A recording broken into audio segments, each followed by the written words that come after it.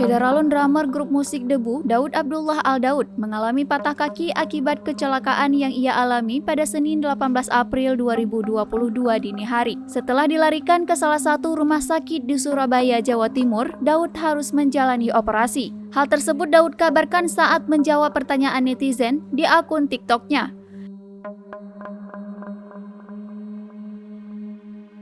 Assalamualaikum warahmatullahi wabarakatuh.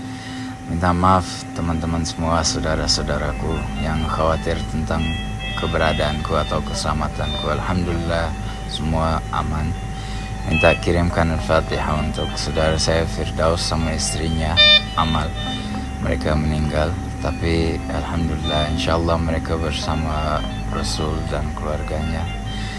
Dan minta doanya supaya saya cepat sembuh ya.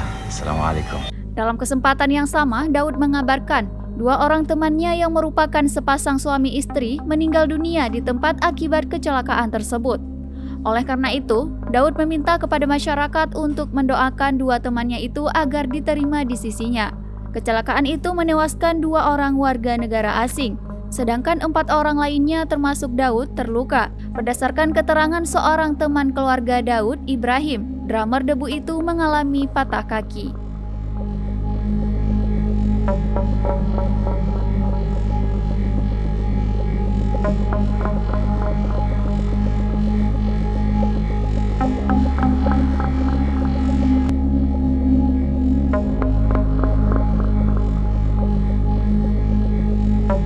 Assalamualaikum warahmatullahi wabarakatuh.